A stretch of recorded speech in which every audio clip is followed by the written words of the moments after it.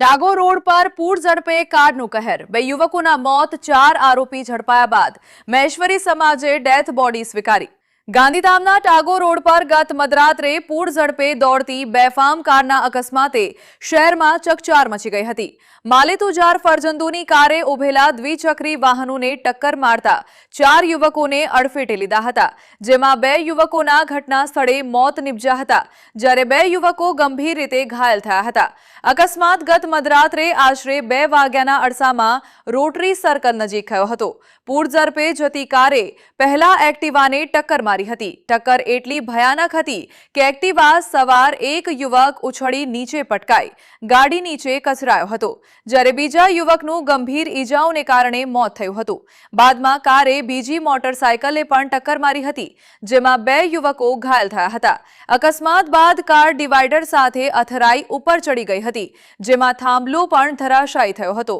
અકસ્માત સર્જનાર કાર નીતિન ગોસ્વામી ચલાવી રહ્યો હતો, જ્યારે કારમાં મનીષ ગોસ્વામી, દીપક દુલાણી અને તરુણ રિઝવાની સવાર હતા।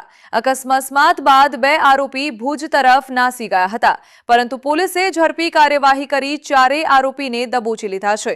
હાલ તેમની પૂછપરછ ચાલી રહી છે।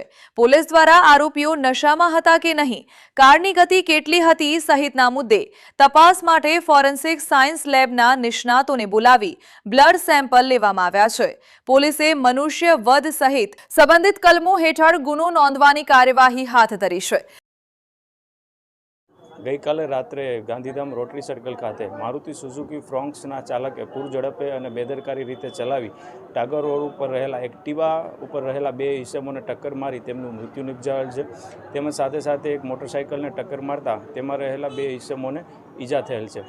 આ બનાવની ગંભીરતા જોતા જિલ્લા પોલીસ અધિક્ષક શ્રી સાગર બાગમેર સ્વરૂપ દ્વારા જિલ્લા પોલીસની અલગ અલગ ટીમો બનાવી અને તાત્કાલિક ધોરણે મારુતિ સુઝુકી ફ્રોન્ક્સ ગાડીમાં રહેલા 4 ઈસમોને રાઉન્ડ અપ કરેલ છે। અકસ્માતમાં મહેશ્વરી સમાજના 2 યુવકોના મોત બાદ સમાજમાં ભારે આક્રોશ જોવા મળ્યો હતો। જ્યાં સુધી 4 આરોપીની ધરપકડ ન થાય ત્યાં સુધી મૃતદેહ સ્વીકારવાનો ઇનકાર કરવામાં આવ્યો હતો। સમાજના અગ્રણી હિતેશ મહેશ્વરીએ જણાવ્યું હતું કે 4 યુવકો દારૂના નશામાં બેફામ કાર હાંકી આ ઘટના સર્જી હતી। જો કે પોલીસે 4 આરોપીને પકડી લેતા આખરે મહેશ્વરી સમાજ દ્વારા ડેથ બોડી સ્વીકારી અંતિમ વિધિની પ્રક્રિયા હાથ ધરવામાં આવી હતી।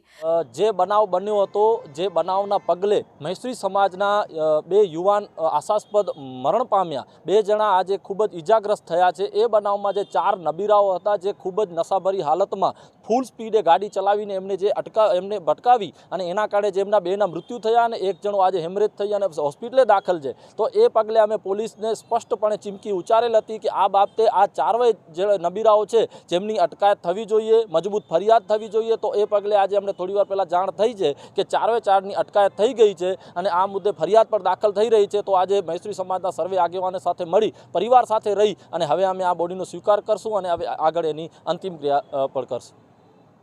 આ ગંભીર અકસ્માતે ફરી એકવાર પૂર ઝડપ અને નશામાં વાહન ચલાવવાની ભયાનક અસરોને ઉજાગર કરી છે।